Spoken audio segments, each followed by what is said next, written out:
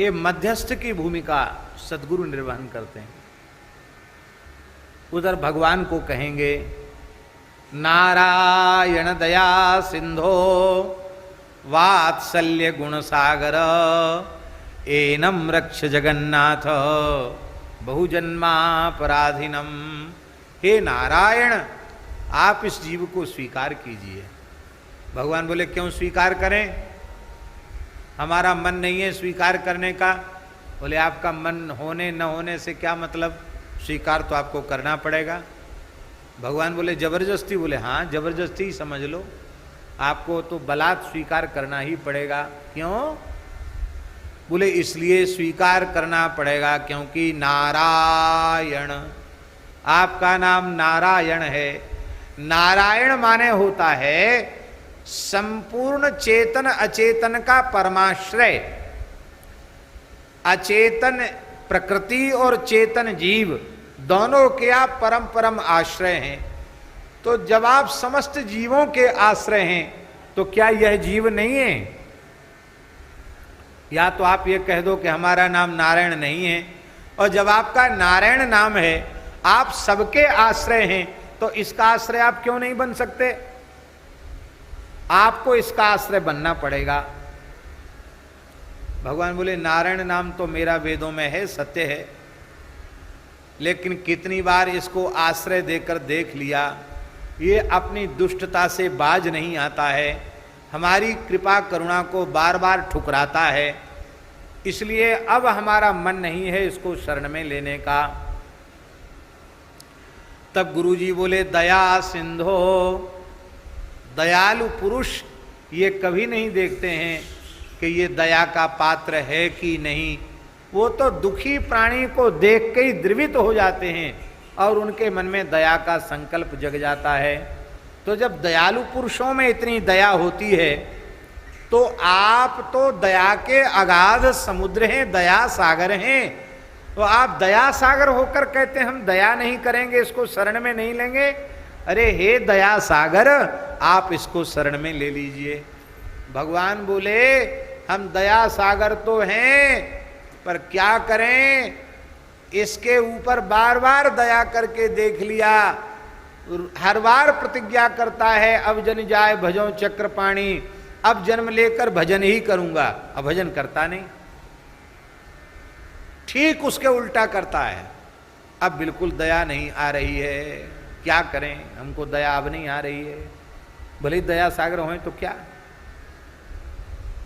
तब गुरुजी ने कहा वात्सल्य गुण सागर, हे नाथ आप तो वात्सल्य गुण के समुद्र हैं।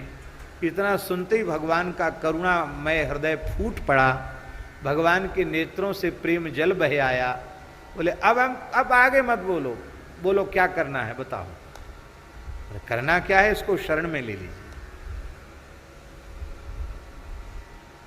वात्सल्य गुण सागर, आप वात्सल्य गुण के समुद्र हैं। आपके वात्सल्य गुण की एक छोटी सी बूंद, एक बूंद, उस बूंद के 100 हिस्से किए गए, और उस 100 हिस्सों में से जो 100वां हिस्सा है उसको कहेंगे सीकर।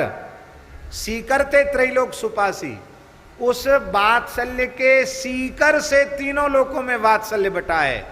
और माताओं के हृदय में अपनी संतान के प्रति कितना वात्सल्य होता है, तो आपके हृदय में अपने प्राण जीवन धन के, आपके हृदय में अपने अंशभूत जीव के प्रति कितना वात्सल्य होना चाहिए। भगवान बोले अब मत बोलो, कहो क्या करना है, शरण में ले लो। इतनी बढ़िया वकालत करते हैं गुरुजी। यदि गुरु तत्व न हो तो कोई जीव भगवान की शरण में जाने के लायक ही न हो। ठाकुर जी को राजी कर लेते हैं। वात्सल्य गुण सागर,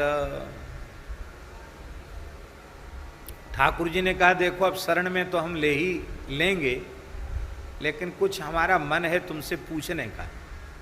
हाँ महाराज आज्ञा करो। बोले एक बात बताओ, ये हमको तो जानता तक नहीं था, दूर दूर तक हमसे इसका कोई लेना देना नहीं था, पता नहीं क्या क्या सुना सुना करके इसको तुम थोड़ा भाव जगा के इधर खींच लाए। यही तो होता हम सबके साथ में। हम लोग भगवान को कहाँ जानते हैं? रामचरितमानस सुनते हैं, भागवत सुनते हैं, गीता जी सुनते हैं, भक्तमाल सुनते हैं, तो संतों की वाणी सुनते सुनते थोड़ा भाव जगता है कि हमें भगवान की शरण होना चाहिए। तो पता नहीं क्या क्या सुना सुना करके तुमने इसको जाल में फंसा लिया। जब तुमने आकृष्ट किया है तो तुम अपने ही पास रखो, हमारे मत्थे क्यों मरना चाहते हो? ध्यान में ही बात, भाई आपने इसको बुलाया है तो आप अपने पास रखो, हमारे मत्थे क्यों बांधना चाहते हो?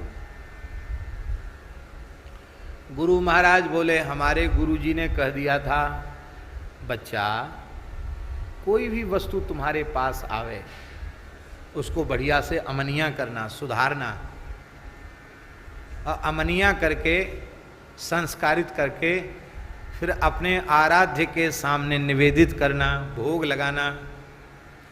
और जब आराध्य स्वीकार कर लें तो वो भोग नहीं रह जाएगा, वो प्रसाद हो जाएगा। और प्रसादे सर्व दुखानाम हानिरस्योपजायते, भगवत प्रसाद से संपूर्ण दुखों की निवृत्ति होती है।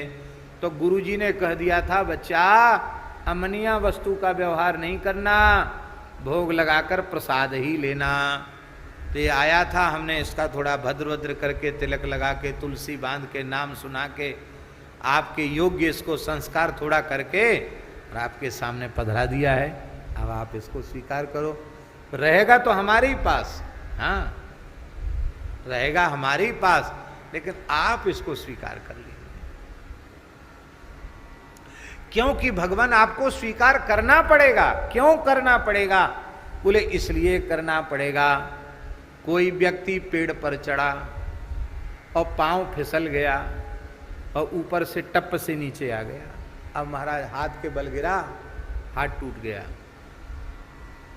ले गए शुक्ला जी के हॉस्पिटल में, उठा के ले गए, उन्होंने प्लास्टर चढ़ाया। भाई 2000 रुपया लगा, अब पता नहीं कितना लगता होगा, हम अनुमान से बोल रहे हैं।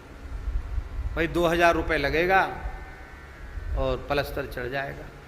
बोले भैया मरता क्या ना करता, जल्दी प्लास्टर चढ़ाओ। 2000 रुपये दे दिए। अब प्लास्टर चढ़ाने के बाद पट्टा बांध दिया, गले में लटका दिया। ऐसे हाथ लटका देते हैं नहीं, ऐसे इसको रखो, थोड़ा बचाना, अभी धक्के से बचाना, और इतने दिन का कच्चा प्लास्टर, फिर पक्का प्लास्टर, इसके बाद फिर उसको काट के फिर ठीक हो जाता है। अब वो 2000 रुपये देने वाला व्यक्ति झगड़ा करे कि तुम हमको ही ठग रहे हो, हैं? ये 2000 रुपये हमने टूटा हाथ अपने गले में लटकाने के लिए दिए हैं। अरे हमने पैसा दिया तो हाथ ठीक करो, टूटा हाथ हमारे गले में क्यों लटकाया जा रहा है? तो डॉक्टर क्या बोलेगा? यही बोलेगा, श्रीमान जी हाथ आपका टूटा है तो हम अपने गले में थोड़ी लटकाएंगे, जिसका हाथ टूटा है उसी के गले में लटकाया जाएगा। भगवान आपने छाती ठोक कर कहा है, ममई वांसो जीवलोके जीवभूत सनातना, मेरा ही अंश है, आपका ही अंश है, टूट गया माया की चोट चपेट खा के, हमने थोड़ा तिलक वलक लगा के प्लास्टर चढ़ा दिया है, ये सब प्लास्टर ही है, प्लास्टर चढ़ा दिया है। अब आप थोड़ा सा लटका के रखेंगे, थोड़ा संभाल के रखेंगे अपनी तरफ से, तो ऐसा पक्का जुड़ जाएगा कि फिर लटका के नहीं रखना पड़ेगा, आपका अविभाज्य अभिन्न अंग बनकर आपके चरणों में निरंतर समर्पित रहेगा, आपकी सेवा करेगा। इधर तो भगवान को राजी करते हैं और इधर जीव को राजी करते हैं। विश्वद्रोह कृत अघ जेहि लागा, शरण गयेउ प्रभु तदपि न त्यागा।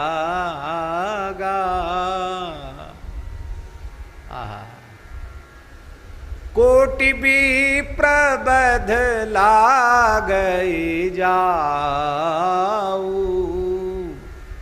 आयु शरण तजऊं नहीं ताऊ।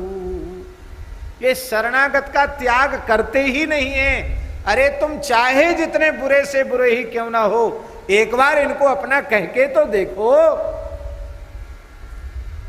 ये है, इधर से भी अब उधर से भी बीच में संबंध जुड़ा देते हैं।